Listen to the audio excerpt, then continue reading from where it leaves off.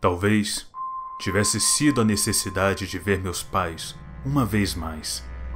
Talvez tivesse sido a tola curiosidade humana. Eu, sinceramente, não sei dizer.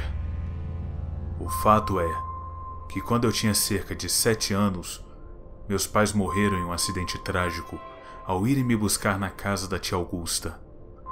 Jamais esqueceria esse dia. Minha tia me contava as histórias que ela e minha mãe ouviam dos meus avós quando estes ainda eram vivos. A história de uma criatura que vinha de tempos em tempos nas cidades e se alimentava da mente de pessoas levadas. A forma como minha tia e tio Onofre me contavam essa história me deixava com um frio na espinha terrível. Imaginem vocês, uma criança de 7 anos, ouvindo sobre uma criatura esquisita em meio a uma luz onde lhe tocava com tentáculos e os olhava fixamente com os olhos penetrantes de uma cobra.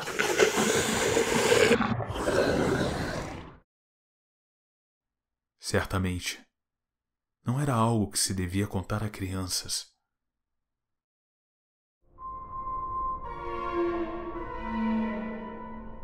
Nessa noite, em questão, ouvimos o bater na porta.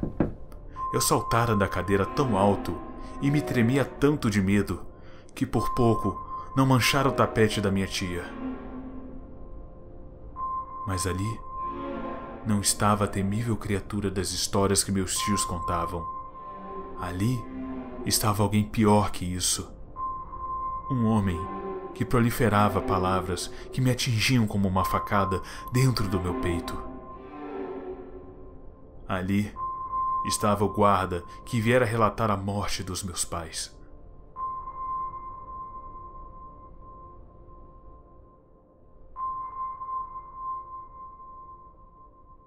Entrar em choque, sem saber o que pensar ou como processar aquela informação.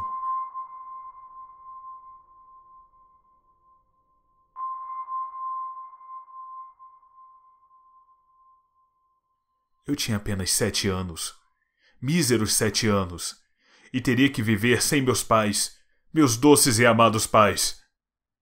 Nessas horas, não nos tocamos do quão rápido se pode organizar um funeral, ou quão rápido se pode reunir familiares e amigos para se despedir de pessoas amadas.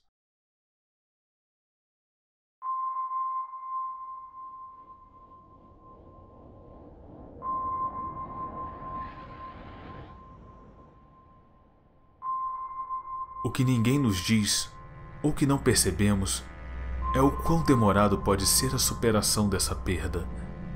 Noites e mais noites em claro, tendo pesadelos. Mas isso não é o que importa aqui. Não. Só estou contando isso porque foi exatamente após o funeral dos meus pais que a coisa mais incrível da minha vida acontecera. Me lembro de estar ainda calado quando voltei para a fazenda dos meus tios. Tio Onofre tentava ler o jornal enquanto tia Augusta nos preparava algo gostoso para comer. Ela cozinhava divinamente.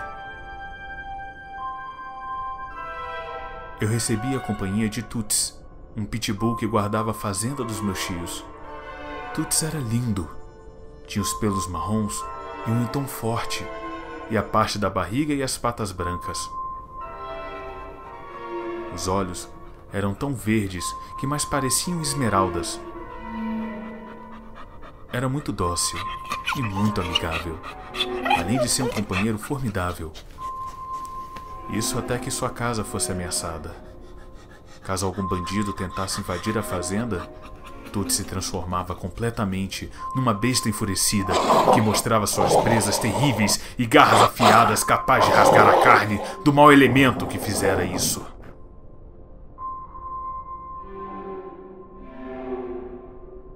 A capacidade de fazer uma pessoa estremecer ao ver Tuts dessa forma não chegara nem perto do quanto eu estremecia ao ver uma luz forte.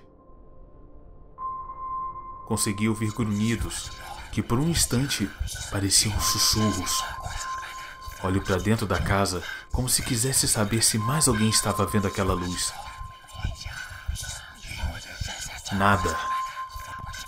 Meus tios não esboçavam qualquer reação. Apenas continuavam com seus afazeres. Como uma criança que acabara de aprontar, eu corro em direção à luz. Sentia como se algo me chamasse nela. Talvez fossem meus pais que vieram me buscar, pensei. Os grunhidos aumentavam à medida que me aproximava. Cada vez pareciam como sussurros em meus ouvidos. Eu estava ali, parado, com o corpo congelado. Era exatamente como meus tios contavam nas histórias. Uma forte luz me impedia de ver o que estava ali exatamente. No entanto, conseguia ver olhos de uma cobra que me encaravam fixamente como se olhassem diretamente em minha alma. Tudo o que conseguia fazer era respirar aceleradamente. O sangue parecia gelar em minhas veias. Tuts latia incessantemente quando vejo os tão falados tentáculos se aproximando de minha cabeça, prestes a tocá-las. Eram frios e expeliam algum tipo de substância gosmenta.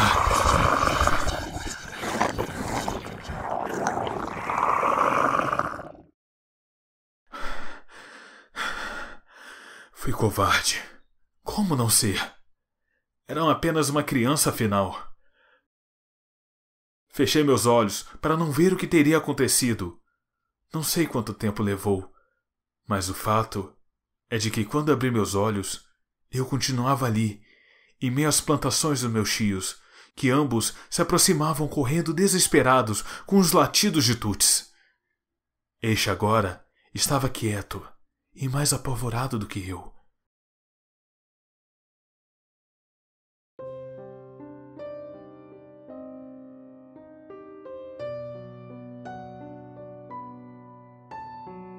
Foram anos e mais anos obcecado por aquilo.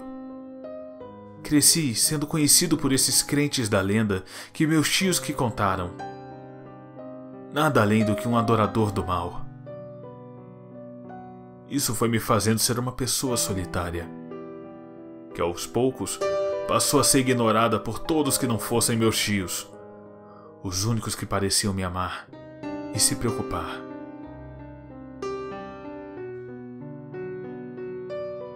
Isso até que, aos meus 14 anos, conheci Mônica, uma linda jovem, a mais linda de toda a classe.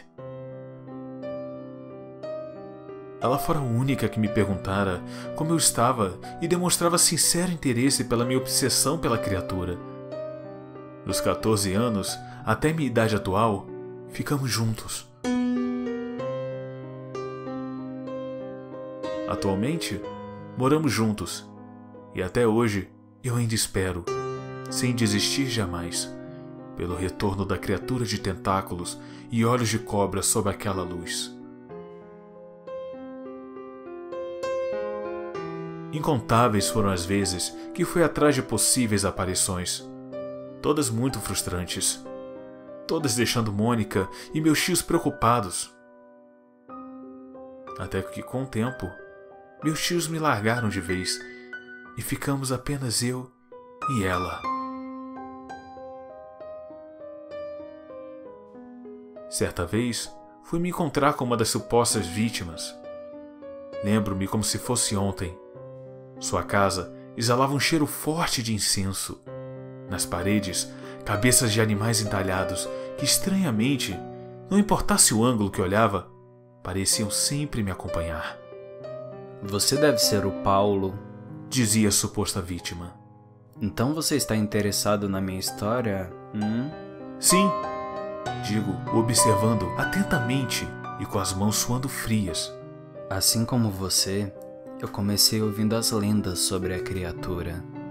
Os suecos deram um nome para ela. Um nome? Indaguei.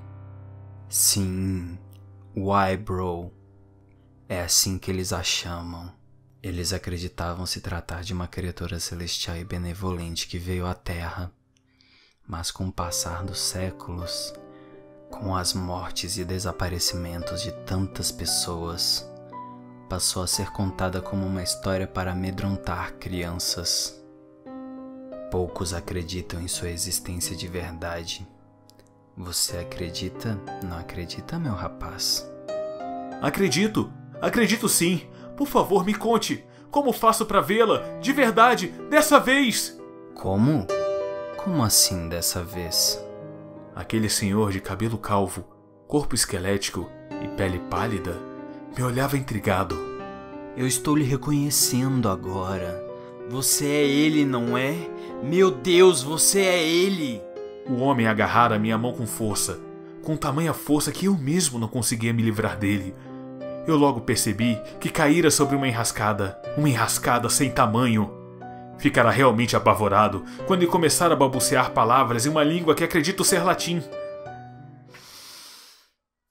O benevoletia vocoventi, o esquiadmi, ut sit nomen, uius memoria, o benevoletia, te rogo vonecationem, Herculeo Aibro, Dominus, te rogo vocationem, Herculeo Aibro, Dominus perdite ex memorias.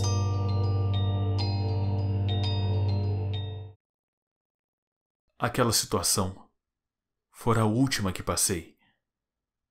Para minha sorte, Mônica ficara preocupada com a minha demora e chamara a polícia. Eu nunca mais vira aquele louco. E, por fim, decidi seguir com a minha vida, sempre esperando que um dia voltasse a ficar cara a cara com a criatura sobre a luz.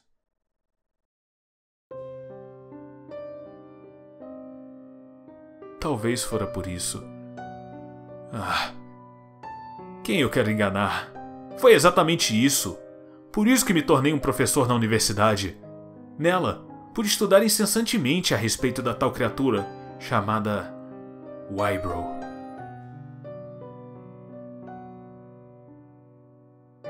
Cada vez me sentia mais próximo da verdade. Aos poucos, pude perceber que ela era tão antiga quanto a Terra. Passagens por toda a história contavam sobre sua aparição, sobre a misteriosa criatura com tentáculos e olhos de cobra, muitas vezes confundida com Cthulhu, outras tida como um de seus filhos. Outros relatos apontavam para alguma relação com a criatura chamada na mitologia de Kraken. Mas em todos os relatos, nunca se vira o rosto de fato da criatura.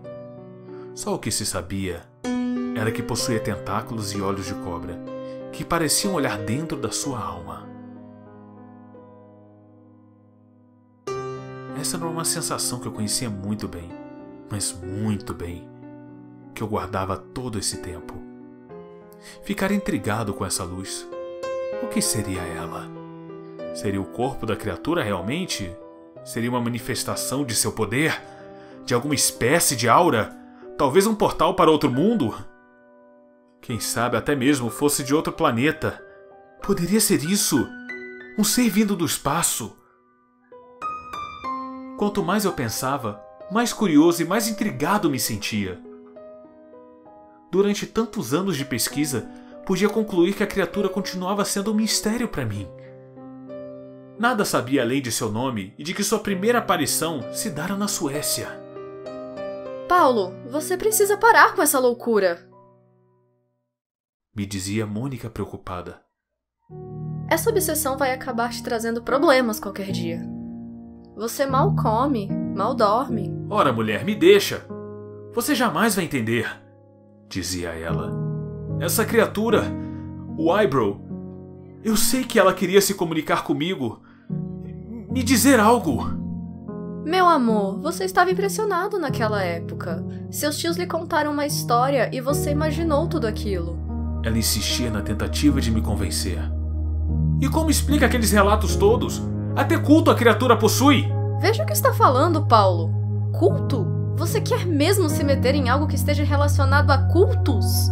Isso é coisa de satanista, homem de Deus. Está se deixando levar pela loucura dos outros. Eu entendo a sua preocupação, mas tenta entender. Eu preciso ver isso por mim mesmo. Se estiver sendo difícil demais para ti, eu irei compreender. Paulo, não quis dizer isso. Ela se sentava ao meu lado, ainda preocupada. Não vou te abandonar. Estou aqui, ok? Certo. Certo. O Contato de Whybrow. Capítulo 1. Escrito por Dan Lana. Com as vozes de Bruno Santana como Paulo, Arthur Vinícius como sobrevivente de Whybrow, Silvia Marques como Mônica. Direção de dublagem: Bruno Santana. Versão brasileira: Voxtela.